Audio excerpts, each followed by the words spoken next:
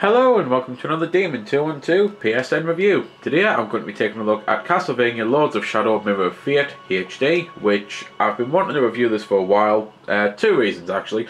One, because this came out quite a while ago on the PS3 and I've just not got around to playing it or anything, and I already actually bought it for the demo of Lords of Shadow 2, which I then couldn't get. There were problems after problems, and as I'm speaking now I've finally been able to get it sorted.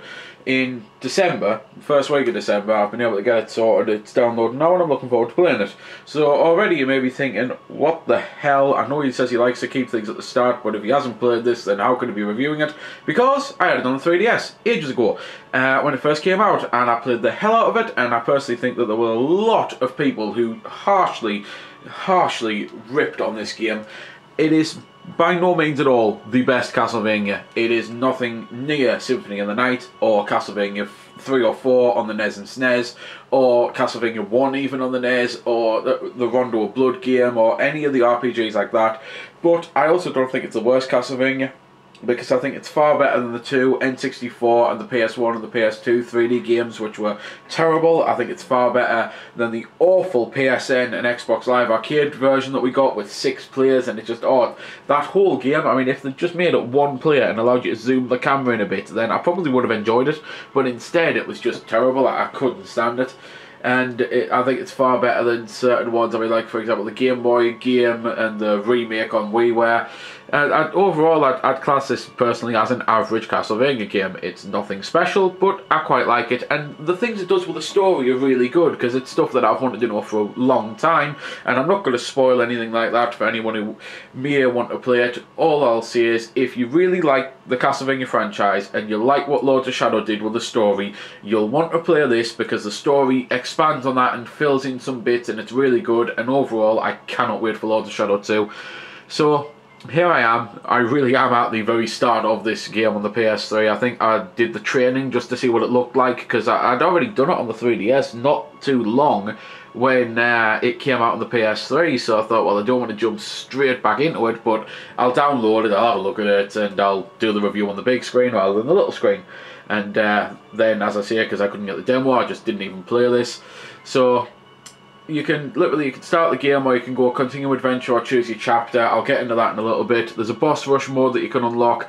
Extras is literally the cinematics and the credits, and that's it. There's no real extras there. Leaderboards are self-explanatory. Options are just how to play. You can view your controls, but you can't change anything. You can do a few settings, so like change the volume, the brightness, put subtitles on and that, and change the difficulty from here. And it's just one of them. It's just your standard options. Obviously, it's not going to have a lot of stuff, because there wasn't really anything needed like that on the 3DS, because that's what the source thing was. So there wasn't a need for custom controls or anything for a PS3 pad. So they've just done a quick port or anything like that. I am just going to continue the adventure, which I believe I'm currently playing as Simon, because basically you might notice when I said chapters, it's the whole point of the game is done in that you play as multiple characters for the Castlevania franchise, and you play a few chapters with each, and each of them have their own abilities and can get their own powers, and it's just quite cool like that. So it means that you're never really doing the same thing for too long, because just when you might be starting to get sick of something, all of a sudden you swap to someone else and you learn new powers and new abilities. And it is your standard Castlevania, Metroidvania, really. It's the genre that Metroid and Castlevania spawned, essentially. It's your standard one of those where you go around and you'll find parts where you can't access because you need a new ability, or sometimes you'll even find parts where you can't access at all with that character, and you've got to come back when you're a different character, and it is quite cool like that. Graphically, they've done a marvellous job, because on the 3DS it looked like shit. Quite frankly, there's no easy or nice way to put it. I thought it was one of the worst looking games I had on the 3DS. It really was almost painful at times on the eyes, and it's why when I found out they were doing a HD version, even though I'd already done the 3DS version, I thought, yeah, I can see me getting this in the sale. What's that? It comes with a demo of Lords of Shadow 2. I'll buy it straight away. And then not be able to play the demo was a little bit disappointing. But, as I say, it's downloading now, so barring some horrific problem with the demo that I may not have heard about, then hopefully all is now finally well. But yeah, it's just one of those. When I found out that we're doing it, I still was going to get it because I love Castlevania, and there's always a reason for me to go back to a Castlevania. And even if now my reason for this one is, well, let's play through it with the nice shiny graphics, because it's still not the best looking Castlevania, but it's nowhere near the worst looking anymore. It actually looks really good, and I quite like it. The fact that you lose the map on the bottom and instead get a mini map, and you can push and hold to bring it up and that, as it says there, and I've just switched it off and you can switch it back on. So the fact that there's no longer a second screen doesn't hinder the game at all, because they've managed to work around that well. I think the controls probably play better on the PS3, if I'm honest, than on the 3DS, because I always found it a little cramped almost. Whereas now I think it works better on the pad, and I do think it is a better port of a decent game. So if you are looking into buying the Vania Lords of Shadow stuff, if you're thinking, well, I've seen enough of Lords of Shadow 2 to decide I want it, then it's well worth getting Lords of Shadow 1, because personally I think it was fantastic. There were a lot of people who slated it, and quite frankly, to those people I see play the N64 Vanias and then slate Lords of Shadow, because honestly, compared to them, the difference is night and day. I think Mercury Steam have managed to essentially make a Castlevania franchise for die-hard Castlevania fans, and that's me mainly saying that because Vania is my favourite franchise and always has been. So whenever we get an absolutely awful Vania game, it really does take it to heart to me. I mean, I can't believe that is yet another wasted attempt, another shot in the pan. I got to the point where I didn't even want to buy Lords of Shadow because I had so many horrific experiences with the 3D Vanias, and instead Mercury Steam came around. They managed to, in my eyes, make a 2D Vania in 3D, which was always what was missing. It's the thing that annoys me so much with the transition to 2D to 3D. Zelda, going from 2D to 3D, you could tell it was still Zelda. Mario going 2D to 3D, I absolutely hated them because Mario's not mission based. So why the hell was all of a sudden I playing something with missions and objectives to get stars?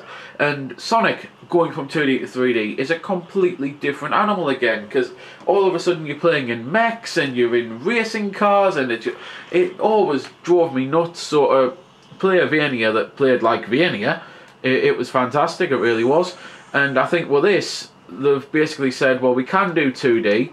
Yeah, it's not the best, and they even know that probably that it's not the best, but at the end of the day, they were doing this as a side project while working on Lords of Shadow 2, and quite frankly, that's the one that I care about.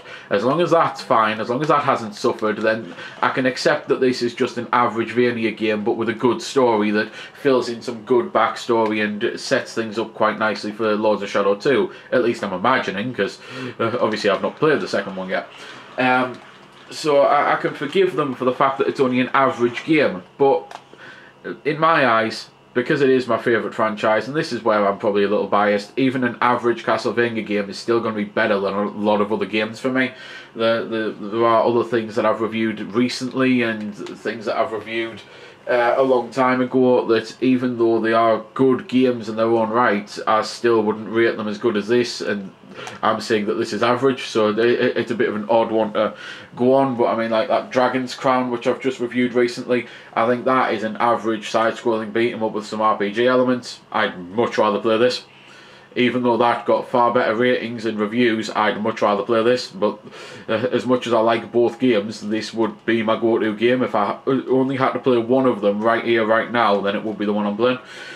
So that's pretty much all I can say about it without delving deeper into the story and the spoilers and that. And as I say, I don't want to do that because I think it has been harshly rated. And if you are a Castlevania fan and you did enjoy Lords of Shadow, then I definitely think this is worth you picking up. Considering how cheap it is, and the fact that you get a demo, well, hopefully now, you get a demo of the second one, I think it's actually been a belted deal. I think it's been a good way to do it. Had they released it as a disc and wanted to charge £30 again, I'd definitely think not, because I don't think it was worth £30 when I bought it the first time. I'm lucky in the fact that it then became one of the games in the promotion to then get free games for the 3DS. So all of a sudden that then at least gave the purchase more weight to it, you know, it justified it a bit more, because all of a sudden it wasn't I can't believe this cost 30 quid, it really wasn't worth more than 15, and all of a sudden it became a, oh well, at least, I mean, either way, I like the game, I've enjoyed the game, and at least it's going to take me part way to getting another game free for a friend. So that was pure luck, if anything else, really, because no one at the time knew that that promotion was coming, probably not even Nintendo. It's the sort of thing that other developers and other companies need to learn from them, because they've been fantastic with that. Although, I don't really know if there's much need to do buy 3 PSN games, get 1 free. It would still be nice though. So, yeah, I'll leave you on that, because I think I've completely side-passed speaking about the game now. So there we go then. That's been the review. I hope you found it helpful. I don't score the games because that's based purely on opinion, so instead I'll leave you to make your own mind up. So thanks for watching, and if you've got any questions about the game that I didn't answer in the vid or that hasn't been answered in the comments, then feel free to ask and I'll help if I can. Also, if you did find it helpful, don't forget to check out my channel because there's plenty more like this up there, and don't forget to subscribe because there'll be plenty more to come as well. So until next time, this has been Demon212, signing off.